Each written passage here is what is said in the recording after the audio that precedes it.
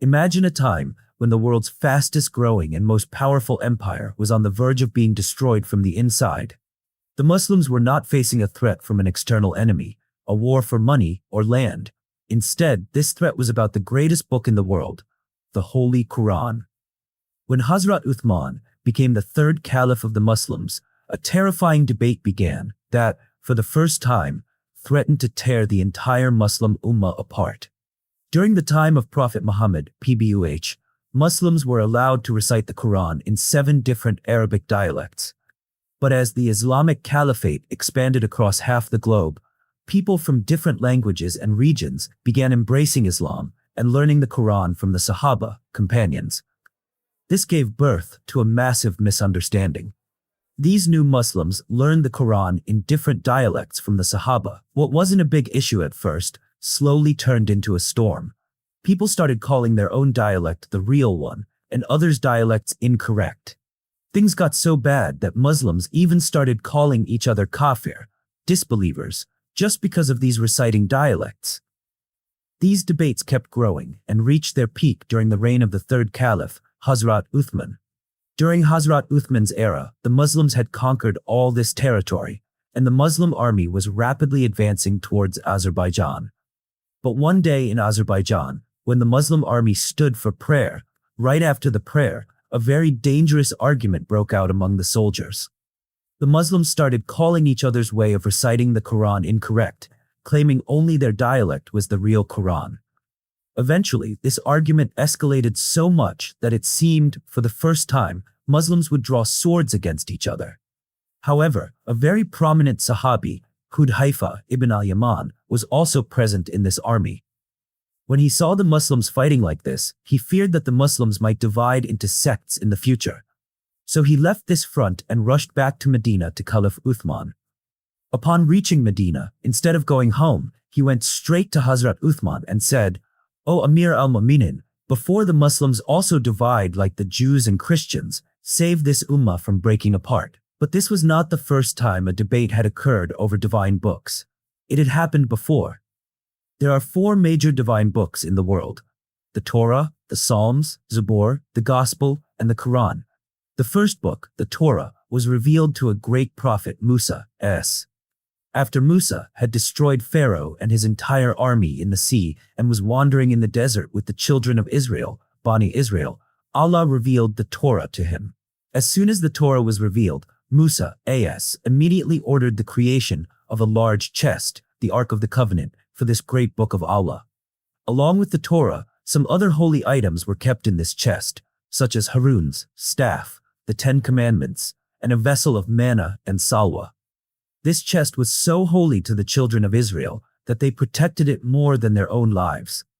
Finally, after conquering Palestine, the children of Israel placed this chest in their greatest temple, and for the next 300 years, this chest and the Torah remained there.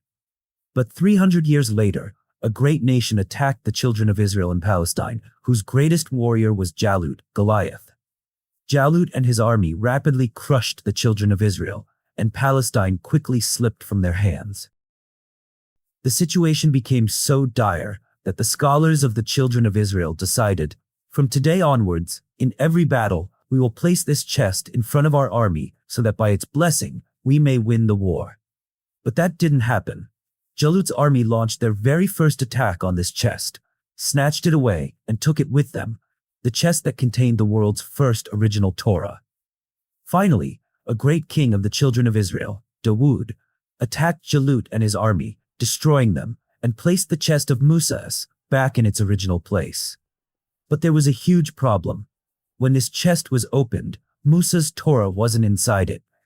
This meant that for the first time, the original Torah had disappeared from the world. Because of this, the second divine book, the Psalms, Zabur, was revealed to Dawood. Following this, subsequent prophets rewrote the Torah, and both the Torah and Zabur were kept safe together in one place. But 400 years after Dawood's, Palestine was attacked once again. The great king of Babylon, Nebuchadnezzar, Bakhnassar, launched such a brutal attack that he killed hundreds of thousands of Jews, destroyed their temple, and ordered his army, "Go and gather every Torah in the world and burn them all." And just like that, once again, the Torah and Zabur vanished from the world. For the next 100 years, there was no Torah or Zabur in the world. Finally, after 100 years, a Jew rewrote the Torah. But sometime later, another king attacked and burned all the Torahs in the world for the third time. After which, the Jews sat down and wrote the Torah again. Thus, the Torah present in the world today, the Hebrew Bible, is not the original book of Musa, AS, but has been rewritten after disappearing from the world 3 or 4 times. This is why today, no one in the world considers this book of the Jews to be the original book of Musa. Not even the Jews themselves. Now, because of being repeatedly lost and burned, the Torah had become so distorted that there was no divine book of Allah left in the world in its original form. Therefore, Allah revealed his third divine book, the Gospel, Injil, to his great prophet Isa, AS. But just like the Quran, the Injil was not written in the form of a book in its early days. After Isa S. left the world, his followers began teaching the Injil to each other verbally. Finally, 100 years after Isa A.S., a man wrote the world's first Bible and called it the true Injil. But this man's first Injil was rejected by Christians all over the world. And from here, just like the Torah and Zabur, confusion began in the Injil as well. After this, people everywhere started writing the Injil according to their own wishes. Eventually, 300 years after Isa A.S., a time came when there were thousands of different Injils in the world. Because of this, 300 years after Isa, a massive council of all the Christian scholars of the world took place. In this meeting, they themselves, by their own choice, selected only 4 Injils from those thousands and rejected the rest. That is why today's Injil, the Bible, cannot be called the true Injil of Isa A.S., and even Christians don't consider it the exact original Injil. So now, when the Torah, Zabur, and Injil, all 3 divine books, had vanished from the world, Allah revealed his final book to the world, the Quran. Read. But exactly like the Torah, Zabur, and Injil, when Muslims also started arguing over the Quran during Hazrat Uthman's era, that was when Hudhayfah ibn al-Yaman reached Caliph Uthman and said, "O Amir al-Mu'minin, before the Muslims also fall into disagreement over Allah's book, just like the Jews and Christians, save this Ummah." But Caliph Uthman was already aware of this issue. A few days prior, in Medina, 2 children were reciting the Quran to each other. Both children had the same Quran, but their dialect of reciting was different from each other. Because of this, the 2 children started fighting. When their teachers found out, the teachers also started fighting over the dialects of the Quran.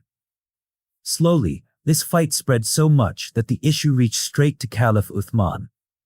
So now, when people from Medina, all the way to the borders of the Caliphate, were arguing over the dialects of the Quran, Hazrat Uthman made the biggest decision of his life. He gathered all the major Sahaba of Medina in Masjid Nabawi, stood on the pulpit of Prophet Muhammad, and declared, "The time has come to unite the Muslims of the entire world on a single dialect of the Quran." While some Sahaba were not happy with this decision, the majority supported Hazrat Uthman's decision, including the greatest among them, the future Caliph Hazrat Ali. Hazrat Uthman formed a committee of 8 people to compile the Quran in a single dialect, and he made Zayd ibn Thabit, R.A., the head of this committee. Zayd ibn Thabit was no ordinary Sahabi. He used to write down the verses of the Quran during the time of Prophet Muhammad's Nubuwwah. And during the era of Hazrat Abu Bakr, Zayd ibn Thabit had compiled the Quran into the form of a book for the very first time. This first Quran of the world was initially with Abu Bakr, then it went to Hazrat Umar, and now it was with Hazrat Umar's daughter, the mother of the believers, Hazrat Hafsa. So, Hazrat Uthman requested this very Quran again, and told Hazrat Zayd to look at this Quran and rewrite it in a single dialect. But that dialect had to be the dialect of the Quraysh, because the Quran was originally revealed in this dialect. As soon as the Quran was completed in a single dialect, Hazrat Uthman issued an order throughout the Caliphate. Whichever Muslim has fragments of the Quran, whether written on leather, stones, or leaves, all those fragments must be handed over to the Caliphate. Following this, Muslims all over the world started handing over their copies of the Quran to the offices of the Caliphate. When almost all the copies of the Quran were gathered with Hazrat Uthman, he ordered that they all be burned. As soon as they were burned, only one Quran remained in the world. The Quran written in the dialect of the Quraysh. After this, Hazrat Uthman made 7 copies of this Quran and sent them to every major city in the Caliphate. And he announced to the whole world, from today onwards, all the Muslims of the world will have only this one Quran. This very Quran of Hazrat Uthman is read daily by billions of Muslims around the world today. And parts of the Quran from Hazrat Uthman's era are still preserved in different parts of the world. In Uzbekistan, Istanbul, Damascus, and even in Birmingham, a portion of that same Quran remains to this day. Documents have been resting in the university library.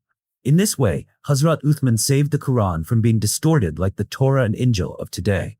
Because today, no one in the world can question the authenticity of the Quran.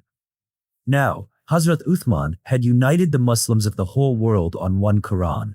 But the Muslim Caliphate, which was previously expanding very rapidly in every direction, had now come to a complete halt. The army of the Roman Empire wasn't giving the Muslims a chance to take even a single step forward. So now, there was only one way left to advance the Caliphate of Hazrat Uthman: the sea. The first navy in the history of Islam. Subscribe.